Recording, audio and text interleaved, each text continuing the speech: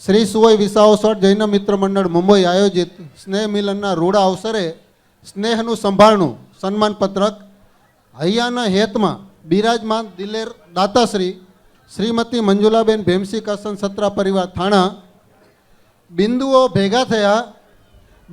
ભેગા થયા સિંધુના આકારમાં ભવ્યતાનું રૂપ છે જોઈ લો આ સહકારમાં. ભીમસીભાઈ આપ શ્રી ઉપરોક્ત કથનને આપના આ બેન્ક્વેટ હોલમાં સુવઈ નિવાસીઓનો મીઠો મેળાવડો બોલાવી યથાર્થ કરી બતાવ્યું છે તે બદલ શ્રી સુવઈ વિસાવસર જૈન મિત્ર મંડળ હર્ષ સાથે ગર્વની લાગણી અનુભવે છે. જય જિનેન્દ્ર, જય માતાજી, જય ખેતરપા દાદા. પધારેલ સર્વે ભાઈઓ બહેનો,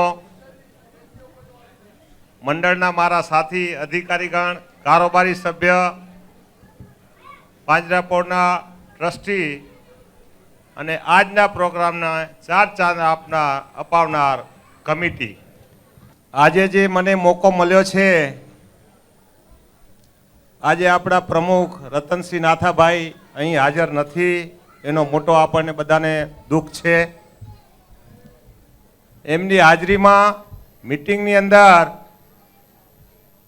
મેં કમિટી કારોબારીમાં વાત કરી કે આપણે એક સ્નેહ મિલન રાખીએ તો મારી વાડીમાં રાખો ભાઈ, હું ભાડો વાડીનો એક પૈસા લઈશ નહીં. ત્યારબાદ બધા મિત્રો કે ભાડો નહીં, પણ તું આખો દાતાર બની જા, એવી અમારી બધાની ઈચ્છા છે. ત્યારે જ મેં કારોબારીમાં હા પાડી અને ત્યારે ને ત્યારે બધે સ્વીકાર્યું. તો ખરેખર મારી ઓફરને આ કમિટી અને આપ ગામના સર્વે ભાઈઓ બહેનોએ સ્વીકાર્યો, એનો હું બહુ ઋણી છું. હું ભાગ્યશાળી કહેવાઉં કે મને મારો આ દાતારીનો આજ તમે લાભ આપ્યો તે બદલ આપનો હું ઋણી છું. આ ક્યારેય હું ન ભૂલી શકું. પૈસા સાથે નહીં ચાલે. હું તો માતાજી અને દાદાને સવારે ઉઠીને એક જ વાત કરું છું કે માતાજી જેટલી કમાવાની શક્તિ આપો છો એટલી મને વાપરવાની પણ શક્તિ આપજો,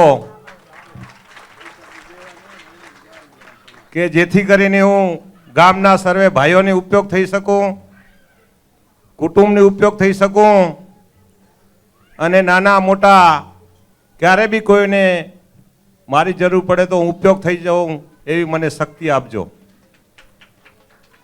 આપ બધાય અહીંયા પધાર્યા છો, આપના ચહેરા જે હસતા હું જોઉં છું, કદાચ હું મારી આખી સંપત્તિ બી આપી દઉં ને આજે તો આટલો બધો મને પ્રેમ ન મળે.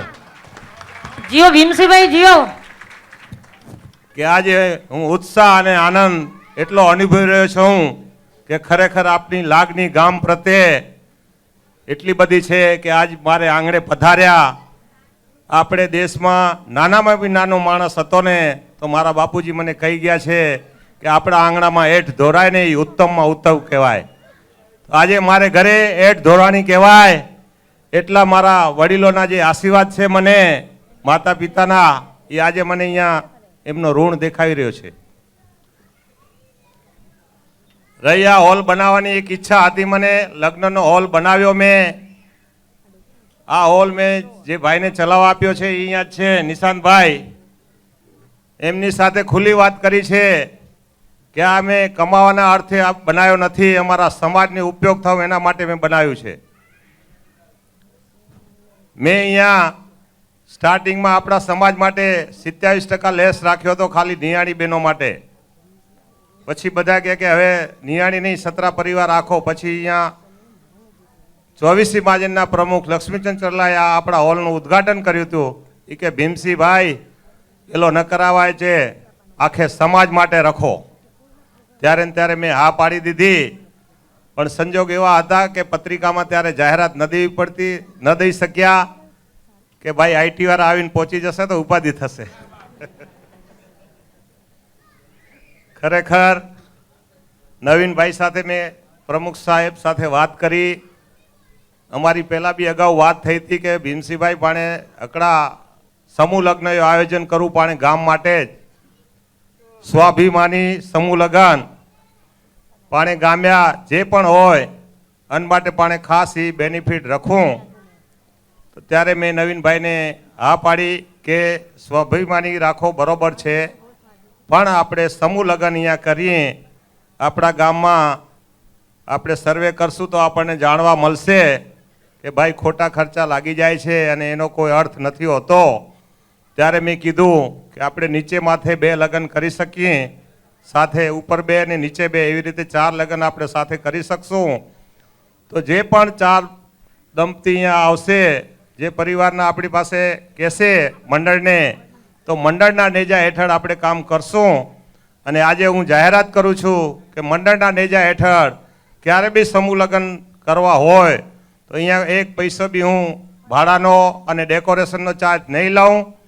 અને જે જમવામાં ખર્ચો આવશે એ કોસ્ટ ટુ કોસ્ટ એનો ચાર્જ લગાડવામાં આવશે. 1 પૈસો બી પ્રોફિટ લેવામાં આવશે નહીં.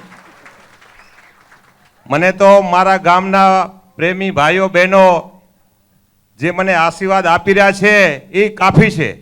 પૈસા કમાવાની જરૂર નથી, પણ મને આશીર્વાદ આપે એ જ મારા પૈસા છે.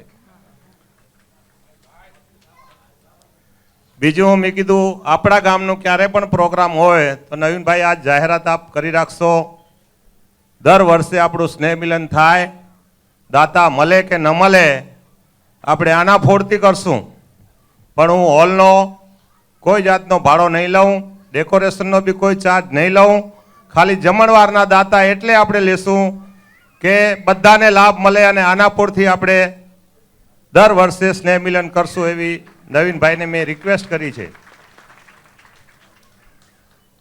સમય ઘણો થઈ ગયો છે, વધારે હું કાંઈ બોલી નહીં શકું. આપનો જે પ્રેમ મને મળ્યો છે, ખરેખર કાલે હું જ્યારે ફોન કરતો હતો ને બધા પરિવારને, મંડળ વતી ને દાતા પરિવાર વતી, એટલો આનંદ મળતો હતો કે રણમાં માણસને પાણી કેવું મળે એવું એક જણાથી વાત કરીને એટલો આનંદ મળ્યો કે ગમે એટલી સંમતિ આપો તો આ આનંદ ન મળે આપણને. આ પ્રેમ બહુ ઉભરાઈ આવ્યો છે. આપનો બધાનો કાયમ આવો નવો સાથ સહકાર મળતો રહે અને મને કાયમ આશીર્વાદ મળતા રહે એવી જ અપેક્ષા રાખું છું. જય જિનેન્દ્ર, જય મહાવીર. મૂરજીભાઈએ અહીંયા ખાલી ટેલ મૂકી કે ભીમસી તારા કેટલા લખવા છે.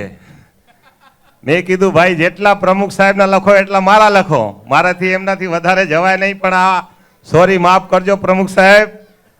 હા, ટીનાબેનનો એક અવાજ આવ્યો માતાજીના દાદા તરફથી કે જીવદયામાં તો તું કદાચ ગમે એટલો બી વાપરીશ ને તો બી ઓછા પડશે, જેટલા વાપરીશ એટલા ટીનાબેન ઓછા પડશે. આ એક તમારી વાણી અને માતાજીના તમે ભગતની હું ભગત, આખે આખો હું વેચાઈ જાઉં ને તો બી ઓછો પડશે. ધન્યવાદ સર્વેને, ખૂબ ખૂબ ધન્યવાદ. મારે આંગણે આજે મોકો મળ્યો મંડળ થ્રુ, તો હું મંડળનો પણ આભારી છું. અને જે વક્તા જે મણિલાલભાઈ, સુરેન્દ્રભાઈ, બાકી બધાના નામ લઈશ તો ટાઈમ જશે, કે જે પણ કહી ગયા એ બહુ ઉત્તમ કીધું છે. ગામની આપણી એકતા રહે, આપણો ગામ વિકસે અને ઓર પ્રગતિ થાય. અને આવાસ યોજના માટે અમે નવીનભાઈને કમિટી બધા ઘણી વખત વિચાર કરતા હોઈએ છીએ, પણ માતાજી અને દાદાની કૃપા હશે તો આ પણ થઈ જશે. આપના બધાના આશીર્વાદ હશે તો થઈ જશે. ધન્યવાદ. જય જિનેન્દ્ર, જય મહાવીર. ખૂબ ખૂબ આભાર ભીમસિંહભાઈ.